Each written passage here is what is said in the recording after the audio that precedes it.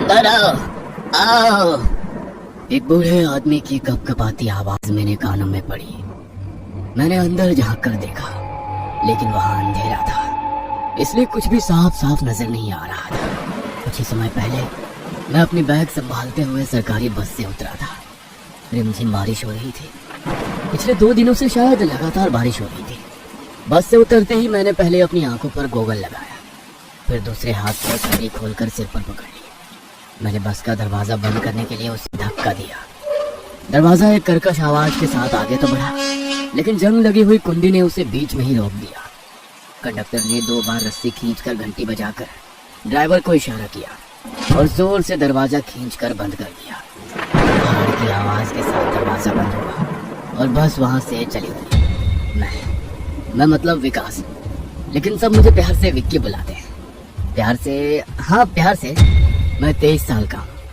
मेरा जन्म शहर में हुआ और मैं वहीं पला बढ़ा। जैसे ही मैं कॉलेज पहुंचा, मुझे एहसास हुआ कि मुझ में कुछ खास है। खास मतलब मैं बहुत ही गुड लुकिंग हूँ। लड़कियां मुझसे 2 बातें करने के लिए तरसती थी। वैसे खूबसूरती तो भगवान की देन है, लेकिन कुछ चीजें हमें खुद बनानी पड़ती है, जैसे अपनी शारीरिक बनावट। इसलिए मैं रेगुलर जिम जाने लगा। मैंने इसकी आदत डाल ली और अपनी ये जबरदस्त बॉडी बनाई, वो भी 6 पैक के साथ। ये आसान नहीं होता। उसके बाद सबसे जरूरी होता है आपका बोलचाल। आपकी शख्सियत से सामने वाला शायद थोड़ी देर के लिए इम्प्रेस हो जाए, लेकिन आपकी असली कीमत आपकी जुबान तय करती है, मतलब आपकी मीठी मीठी बातें। इसलिए आपको शब्दों का जाल बुनना आना चाहिए, ताकि जिसे चाहिए उसे अपने जाल में फंसा सके। अब आप पूछेंगे कि ये सब क्यों? बताऊं? अरे सुकून के लिए। हाँ, जिस्मानी सुकून। लेकिन मैंने कभी किसी पर जोर जबरदस्ती नहीं की। मुझे उसकी जरूरत ही नहीं पड़ती। अगर मैंने तय कर लिया कि सामने वाली लड़की को अपने जाल में फंसाना है, तो मैं उसको फंसा ही लेता हूँ। कॉलेज के दिनों में मैंने दोस्तों से शर्त पर कितनी लड़कियों को फंसाया था। कॉलेज के किस्से तो बहुत है, लेकिन बाहर के किस्से भी कम नहीं। शादीशुदा औरतें तो मेरी कमजोरी है। जवान लड़की कच्चे आम की तरह होती है और 30-35 साल की औरतें पक्के आम की तरह, रसदार और मीठी। मुझे पता है आप में से कुछ शरीफ लोगों को मुझसे अब नफरत हो रही होगी या फिर घिना रही होगी, लेकिन सुनो, एक बात बताऊं, कोई भी शरीफ नहीं होता। बस आपके पास मेरी जैसे 6 पैक्स वाली बॉडी नहीं है, और अगर बॉडी हो भी तो मेरी जैसी कला नहीं है। जी हाँ, सही सुना आपने, ये कला ही तो है, आर्ट है। इसमें सब्र चाहिए होता है, धीरे धीरे जाल बुनना पड़ता है। हर कोई ये नहीं कर सकता, और जो नहीं कर सकता वो शरीफ बनने का नाटक करता है। जैसे लोमड़ी को अंगूर खट्टे लगते हैं। अब तो मुझे लड़की के नजर से ही समझ आ जाता है कि बात कितनी आगे जाएगी। असल में ये समाज सेवा ही है। मैं पुण्य कमा रहा हूँ। प्यासे की प्यास बुझाना पुण्य का काम है ना? कई जवान लड़कियों और औरतों की प्यास मैंने बुझाई है, इसलिए शायद कॉलेज में दोस्तों ने मेरा नाम विक्की डोनर रखा था। कॉलेज के बाद मैंने नौकरी ज्वाइन की, वो भी सरकारी बैंक में। लेकिन मेरी पहली पोस्टिंग इस वीराने में हुई। वीराना मतलब पूरी तरह वीराना नहीं, यहाँ पेड़ बहुत है, जंगल जैसा कह सकते हैं, लेकिन इंसान कम दिखते हैं, इसलिए वीराना कहा। अब ऐसी जगह पर मेरी प्यास कैसे बुझेगी, भगवान जाने। लेकिन आप चिंता ना करें, मैं कोई ना कोई जुगाड़ कर ही लूंगा। बारिश की बूंदें अभी भी गिर रही थी। मैं सड़क के किनारे धीरे धीरे कदम रखता हुआ चल रहा था। मुझे आज रात रुकने के लिए किसी जगह का इंतजाम करना जरूरी था, लेकिन आसपास केवल घनी झाड़ियां थी। क्योंकि मैं पेड़ों के नीचे से गुजर रहा था और सिर पर छाता था, बारिश ज्यादा महसूस नहीं हो रही थी। उस बस स्टॉप से गांव थोड़ा अंदर था। मैं चलते हुए पीछे मुड़कर देखता था। अगर कोई बाइक वाला आ गया तो मैं लिफ्ट ले सकता था, लेकिन अभी तक कोई भी गाड़ी नहीं आई थी। सड़क की तरफ देखकर मुझे ये समझ में आ रहा था कि इस सड़क पर केवल बैलगाड़ियों की आवाजाही हो रही होगी, क्योंकि सड़क पर बैलगाड़ियों के पहियों के गहरे निशान बने हुए थे। लेकिन मुझे एक बात समझ में नहीं आती, ऐसी सुनसान जगह पर बैंक क्यों? नहीं, अगर लोगों को खाने पीने के लिए भी कुछ ना हो तो ये लोग बैंक में क्या रखेंगे? शाम के 6 बज रहे थे। अब हर तरफ अंधेरा छाने लगा था। ऊपर से आसमान में काले बादल जमा हो गए थे, जिससे और भी अंधेरा हो रहा था। मैं अपनी बैग संभालते हुए धीरे धीरे आगे बढ़ने लगा। तभी बैल की घंटी की आवाज आई। शायद कोई बैलगाड़ी पीछे आ रही थी। मुझे राहत मिली, चलो कुछ तो मिला। पीछे बैलगाड़ी में चारा लाद कर एक आदमी मुझे चला रहा था। मैं उसकी तरफ बढ़ा। और उसे रोक लिया। वो काले रंग का था, उसकी काली सफेद दाढ़ी बड़ी हुई थी। बारिश से बचने के लिए उसने थैली की टोपी जैसा कुछ बना रखा था। उसकी आंखें लाल, वो बिना कुछ कहे मुझे घूरता रहा। अब नमस्ते, मुझे लिफ्ट चाहिए थी, मैंने उससे कहा। उसने कुछ देर मुझे ऊपर से नीचे तक देखा। शायद उसे लिफ्ट का मतलब समझ में नहीं आया। अब मुझे आगे गांव तक छोड़ देना प्लीज, मैं दोबारा बोला। उसने भी बिना कुछ कहे सिर से इशारा किया कि मैं बैठ जाऊं। मैं तुरंत पीछे गया। गाड़ी में पहले ही सामान था। मैंने पहले अपनी बैग रखी और फिर बैलगाड़ी में चढ़ गया। उसने बैल को रस्सी से झटका दिया और बैल धीरे धीरे चलने लगे। मैं यहाँ नौकरी पर लगा हूँ बैंक में। उसके बिना पूछे मैंने खुद जानकारी दी। उसकी नजर सड़क पर गई। मैंने उसका गंभीर चेहरा देखा। बेचारा शायद किसी टेंशन में होगा। मैं कुछ देर तक चुप रहा। फिर मैंने पूछा, अब क्या यहाँ मुझे कोई कमरा मिल सकता है? मेरे इस सवाल पर उसने मुझे देखा लेकिन कुछ नहीं कहा और फिर से आगे देखने लगा। अब मुझे उसका बर्ताव समझ में नहीं आ रहा था। अब मैं चुप रहा। मेरी नजर सामने गई। मध्यम रोशनी में मुझे दूर सड़क के किनारे एक बड़ी हवेली दिखा। शायद वो एक फार्म हाउस था। वहाँ एक लोहे का गेट था। अचानक उस गाड़ी वाले ने चाबुक मारा और बैलों को तेज दौड़ाया। वो अचानक बेचैन सा लगने लगा था। बैलगाड़ी गेट के पास से गुजर रही थी। तभी मैंने अंदर देखा। हवेली के गेट से हवेली के दरवाजे तक एक औरत अपनी पतली कमर को हल्के झटके देते हुए चलती जा रही थी। बारिश की वजह से वो पूरी तरह भीग चुकी थी और उसकी काली साड़ी उसके शरीर से चिपक गई थी। उसके लंबे काले बाल भीग चुके थे। उसकी जवानी झलक रही थी। मैं उसे निहारते ही जा रहा था लेकिन वो बेवकूफ गाड़ी वाला बैलगाड़ी तेज दौड़ा रहा था। ओ भाई, गाड़ी रोको, मैंने उस औरत पर से बिना नजर हटाए उस गाड़ी वाले से कहा। लेकिन वो गाड़ी वाला सुनने के बावजूद गाड़ी चला रहा था। मैंने उसकी पीठ पर हाथ मारते हुए गाड़ी रोकने के लिए फिर से कहा। फिर भी वो नहीं सुन रहा था। मुझे उस औरत को देखना था जो जवानी से भरी हुई थी। गाड़ी रोको, मैं लगभग चिल्लाते हुए उससे गाड़ी रोकने के लिए कहा। इस बार उसने गाड़ी रोक दी। मैंने अपनी बैग ली और नीचे उतर आया। सुनाई नहीं देता क्या? हाँ, मैंने थोड़ा गुस्से में उससे कहा। उसकी लाल आंखें एकटक मुझे देख रही थी लेकिन न जाने क्यों उसमें मेरे प्रति दया के भाव थे। मैंने उसकी ओर ज्यादा ध्यान नहीं दिया और बैग लेकर उस बंगले की तरफ चलने लगा। थोड़ी देर बाद बैलगाड़ी के जाने की आवाज आई। यानी कुछ देर वो बैलगाड़ी वाला मुझे ही देख रहा था। क्या उसे कुछ बताना था? लेकिन उसने क्यों नहीं बोला? शायद वो गूंगा होगा। अरे छोड़ो, मुझे क्या फर्क पड़ता है। मुझे तो उस औरत को आंखें भर कर देखना था। मैं उस बंगले के गेट के पास आया। गेट आधा खुला था।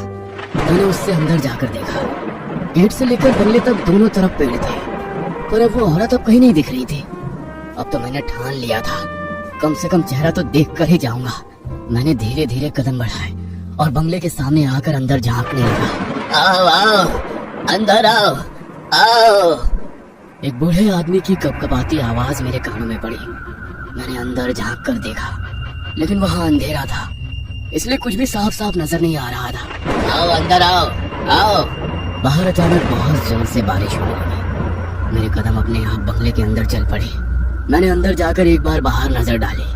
बाहर तूफानी बारिश हो रही थी। आओ आओ। मैं आवाज की ओर देखने लगा। एक आराम कुर्सी पर एक बूढ़ा आदमी बैठा था। घर में लाइट नहीं थी इसलिए कुछ जगहों पर मोमबत्तियां जल रही थी। उस रोशनी में मैंने उस बूढ़े को देखा। उसका रूप बहुत ही घिनौना था। उसने नीचे बस एक धोती पहन रखी थी। पूरे शरीर की त्वचा झुर्रीदार थी। सिर के बाल झड़े हुए थे लेकिन भौहें सफेद दिख रही थी। दोनों तरफ के गाल अंदर की ओर धंसे हुए थे। उसकी झुर्रीदार त्वचा लटक रही थी। उसके पास की मेज पर शराब की बोतल रखी थी, टकीला वोडका।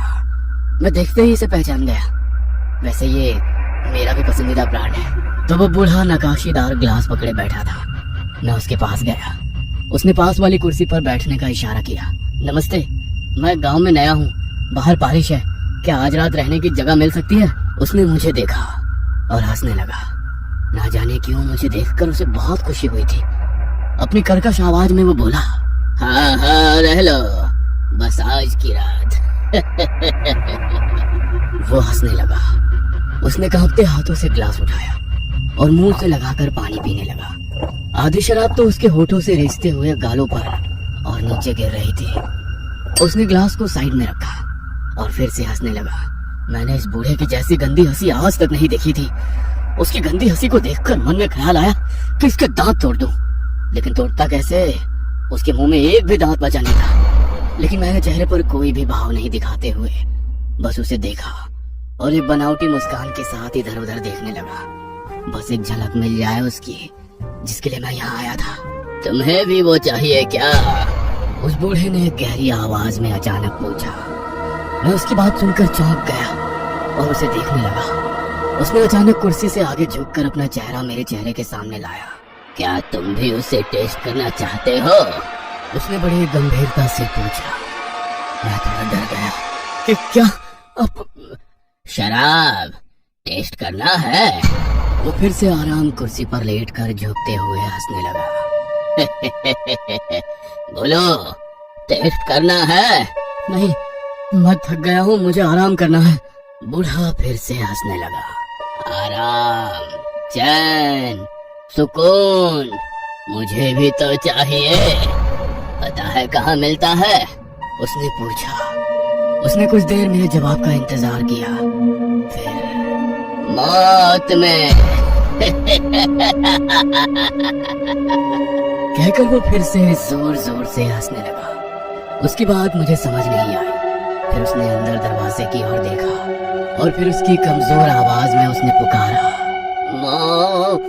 मोहिनी।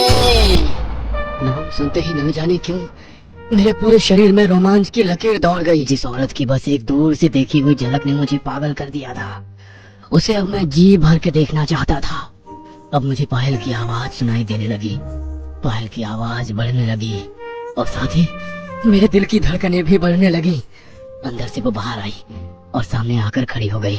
मैंने मोमबत्ती की मंद रोशनी में उसके पैरों से लेकर सिर तक देखा।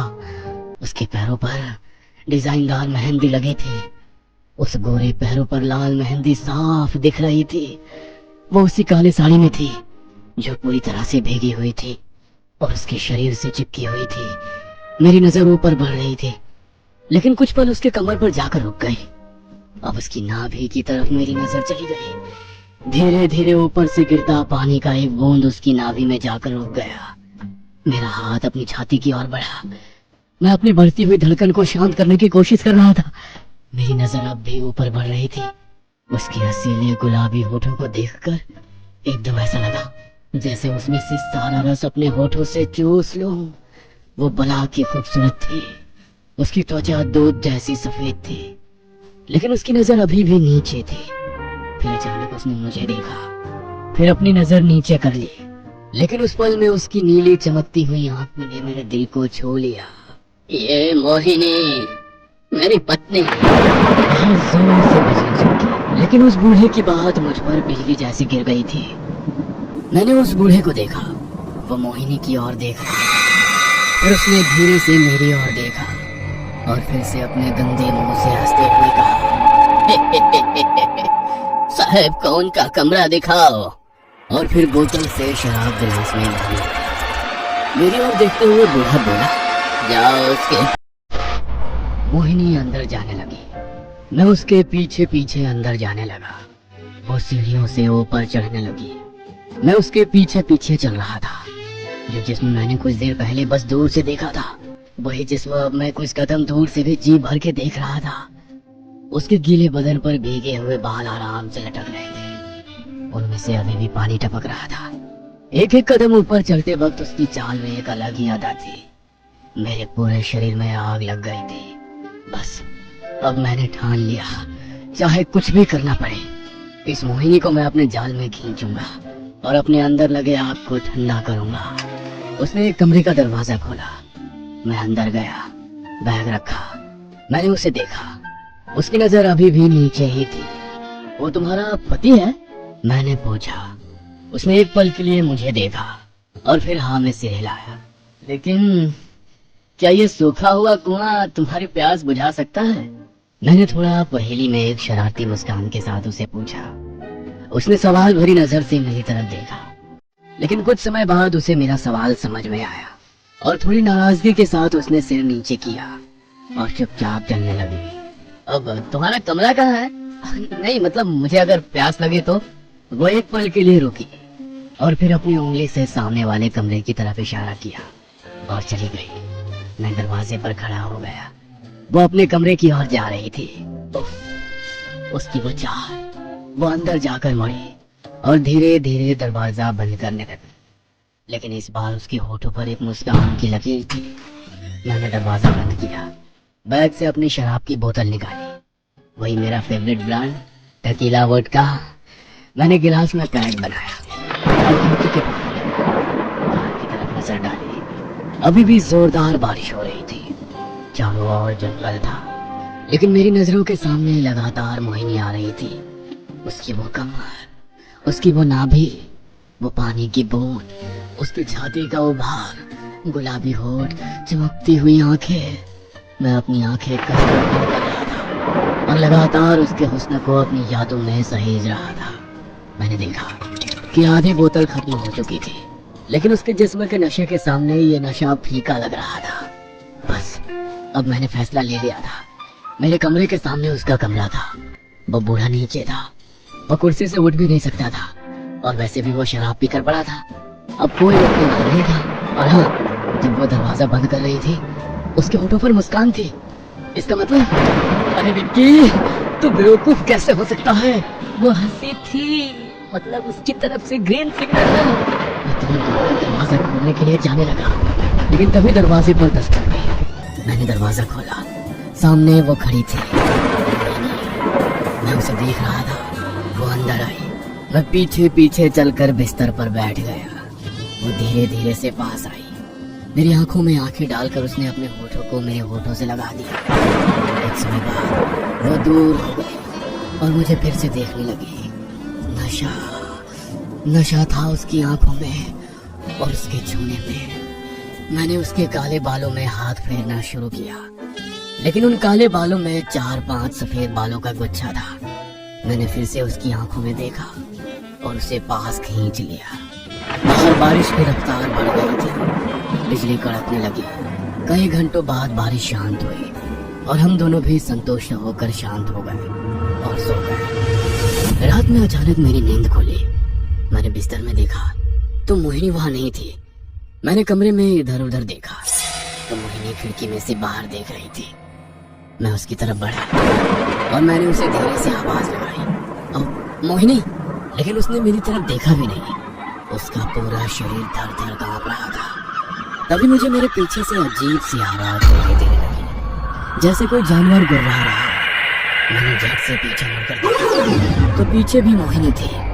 उसकी आंखें लाल थी, उसका पूरा शरीर थर थर कांप रहा था। अचानक उसकी गर्दन टेढ़ी हो गई। अरे बाप रे, कितना भयानक सपना था। मन ही मन कहते हुए मैं उठने की कोशिश करने लगा, लेकिन अचानक उठने का मन नहीं कर रहा था। बहुत थकावट महसूस हो रही थी। हाँ, रात की मेहनत के बाद वो स्वाभाविक था। मैं वैसा ही पड़ा था और बाहर की ओर नजर डाली। ना जाने क्यों मुझे थोड़ा धुंधला दिखाई दे रहा था। मैंने खिड़की से बाहर देखा कि बगीचे में एक औरत कुछ खोद रही थी और उस पर एक फावड़े से मिट्टी डाल रही थी। मैंने अपनी आंखें मलकर देखा, लेकिन कुछ स्पष्ट नहीं दिख रहा था। आंखें मलते वक्त मेरी नजर मेरे हाथ पर गई। मुझे झटका लगा, क्योंकि मेरे हाथ पर झुर्रियां दिख रही थी, जैसे किसी बूढ़े इंसान का हाथ हो। मैंने उठने की कोशिश की, लेकिन जल्दी से उठ नहीं पा रहा था। ऐसा लग रहा था जैसे बदन में कुछ ताकत ही ना हो। मैं मुश्किल से उठकर आईने के सामने आकर खड़ा हुआ। आईने में एक पूरी तरह से बूढ़ा हो चुका व्यक्ति नजर आ रहा था। मैंने अपने चेहरे पर हाथ फेरा और मुझे एहसास हुआ कि मैं ही अब बूढ़ा बन चुका था। लेकिन कैसे, कुछ भी समझ में नहीं आ रहा था। मैंने जोर से चिल्लाना शुरू किया। मैं कमरे से बाहर जाने लगा। लाख कोशिश के बावजूद मैं कदम नहीं उठा पा रहा था। मैंने धीरे धीरे कदम बढ़ाए और नीचे आ गया। उस बूढ़े की वो आराम कुर्सी खाली थी। मुझे बहुत थकान महसूस हो रही थी। मैं उस कुर्सी पर बैठ गया और जोर जोर से सांस लेने लगा। कुर्सी भी अपने आप आगे पीछे झूल रही थी। मेरी नजर दरवाजे पर गई। वहां वो खड़ी थी, मोहिनी। वो मेरे पास आई, मुझे देखकर हंसने लगी। मैं उसे देखकर रोने लगा। क्या किया तुमने ये? मैं ऐसा कैसे हो गया? क्या मिला तुम्हें ये करके? हाँ? मैंने अपनी कमजोर आवाज में उस पर चिल्लाया। वो मेरे पास आई और अपने बालों में से हाथ फेरते हुए मुस्कुराती हुई चली गई। कल जहाँ कुछ सफेद बाल थे वो अब नहीं थे। पता नहीं क्यों, लेकिन अब वो कल रात से भी ज्यादा जवान लग रही थी। हंसते हुए वो वहां से चली गई। मैं रो रहा था। इसके आगे मैं कुछ नहीं कर सकता था। मेरी नजर उस टेबल पर गई। वहां टकीला वोडका की बोतल थी। वो बूढ़ा कहाँ गया, ये सवाल मेरे मन में आया। फिर मुझे वो सुबह का दृश्य याद आया। मैं समझ गया कि मोहिनी ने उस बूढ़े को ही दफन कर दिया था। इसका मतलब वो बूढ़ा मर चुका था। मैंने कांपते हाथों से गिलास में शराब डाली और होठों से लगा ली, लेकिन आधी शराब फिर से होठों से रिसते हुए नीचे गिरी। जितनी पेट में गई उतनी राहत महसूस हुई। मुझे आराम चाहिए था, आराम। मुझे उस बूढ़े की बात याद आई। आराम, चैन, सुकून मुझे भी तो चाहिए। पता है कहाँ मिलता है? मौत में। उसके आवाज कान में गूंज रही थी। नहीं, वो बूढ़ा मरा नहीं था, वो बच गया था, वो आजाद हो गया था। उसको मैंने आजाद किया था। अब मुझे इंतजार करना होगा मुझे आजाद करने वाले का। कुछ दिन बाद एक युवक दरवाजे पर खड़ा था, हाथ में बैग था। वो बारिश में भीगा हुआ था। मोहिनी से मिलने आया होगा वो, लेकिन उसे देखकर मुझे बहुत खुशी हुई। मैंने अपनी कांपती हुई आवाज में उसे आवाज दी, आओ आओ आओ, अंदर आओ, अंदर। मुझसे ज्यादा खुशी उसी हुई थी जो के पास खड़ी थी, जो अब उस नए युवक की जवानी चुराकर खुद को सदा जवान रखने वाली थी। वही मोहिनी। ये कहानी आपको अच्छी लगी हो तो हमें सब्सक्राइब करें, हमारा इंस्टाग्राम और फेसबुक पेज जरूर फॉलो करें। और हाँ दोस्तों, सब्सक्राइब करना भूलना मत।